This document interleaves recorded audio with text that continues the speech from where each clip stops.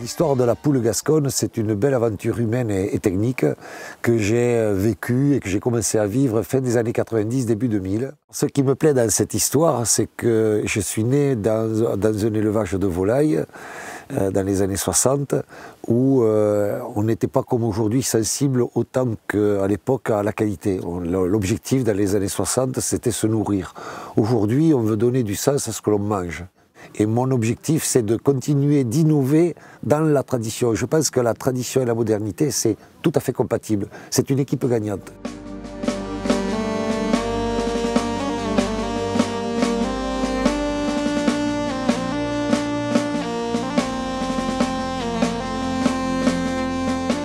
Maintenant, ça fait 30 ans à peu près que je suis dans la volaille de Noël, dans la volaille festive. Et ce que je souhaite, moi, pour l'avenir, c'est d'arriver à transmettre l'expérience que j'ai acquise, soit au niveau de l'élevage, soit au niveau de la transformation, soit au niveau de la vente, soit au niveau de la promotion. J'ai hérité de l'expérience de mes parents, des anciens, de la coopérative, et c'est à mon tour de transmettre et de permettre aux jeunes de profiter de notre expérience. Il faut qu'on fasse profiter aux jeunes de la ville notre savoir-faire et nos traditions, mais en apportant la modernité des techniques, de la technologie, de la communication, la rigueur sanitaire, bien sûr, puisqu'il faut garantir autant en biosécurité pour l'élevage que sur le plan sanitaire, pour la sécurité alimentaire et le bien-être animal, qui est très important aujourd'hui.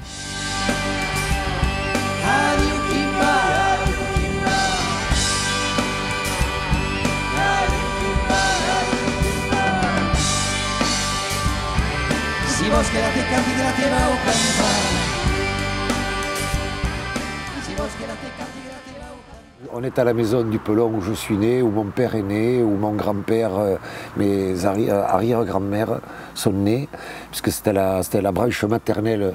Et donc je suis à côté de ma maman, Marguerite Abadi, et mon fils Hugo Abadi.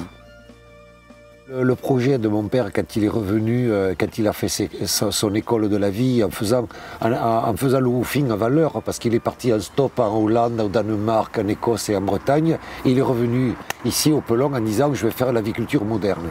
Et il a commencé à faire de la poule pondeuse, des poussins. Il y avait le couvoir qui était là où il y a les voitures, c'était le premier couvoir où il faisait naître des poussins. Il vendait des poussins améliorés avec les races modernes, importées d'Amérique et croisées avec les races locales.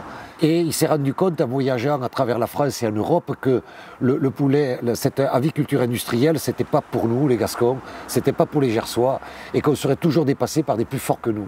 Et qu'on s'éloignait du goût et de la qualité, qu'on devenait moins et moins fiers de ce qu'on faisait. Du coup, il s'est dit, il faut faire le label. Et c'est comme ça que moi, je suis arrivé étudiant, j'ai voulu faire d'abord, quand j'étais gamin, je me suis dit, ça c'est génial. J'ai dit, moi je veux faire PDG, paysan du Gers. Du coup, j'ai fait des études agricoles pour ça. C'est comme ça qu'en 89, j'ai commencé à proposer une partie des chapons, parce qu'on élevait 8000 chapons, 2500 dindes, et j'ai vendu à Noël 89 2000 chapons et 500 dindes.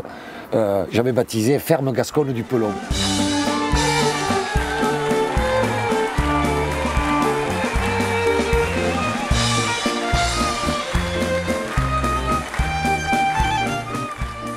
Ce que j'ai voulu faire, c'est l'emmailloter en le serrant très fort. Ça va faire pénétrer les graisses, parce qu'en plus ça apporte le moelleux. Aujourd'hui, non seulement c'est beau, mais en plus ça apporte une saveur, parce que ça fait répartir les graisses, ça les fait pénétrer dans la chair. Et ça va l'aider à maturer, la viande. C'est la seule volaille, en la plumant à sec, en l'emmaillotant, qui permet de maturer jusqu'à 4 semaines. Et là, je le serre très fort, parce que c'est très important qu'il soit bien serré. Vraiment pour que les graisses soient serrées. Et voilà.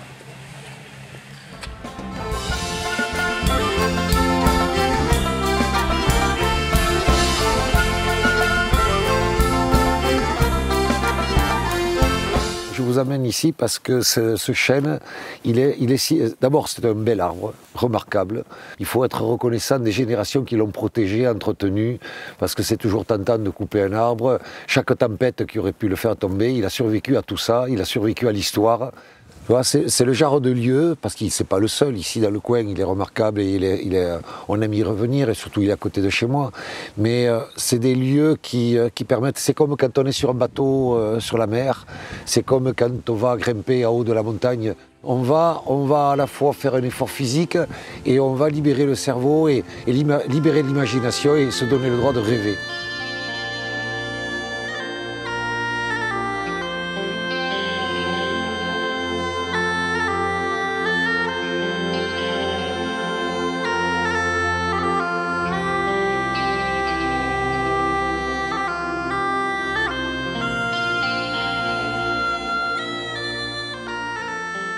On a une cuisine simple en Gascogne parce qu'elle n'est pas compliquée et que le produit doit être excellent au départ.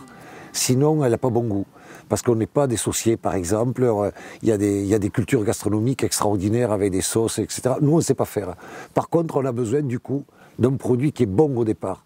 Et ça me fait plaisir quand je vois mes fils et leurs copains et copines, quand ils viennent à la maison et qu'on sort du chapon, qu'on sort un bon vin, qu'on sort un foie gras, un pâté, et ils vont l'apprécier pour le goût qu'elle a.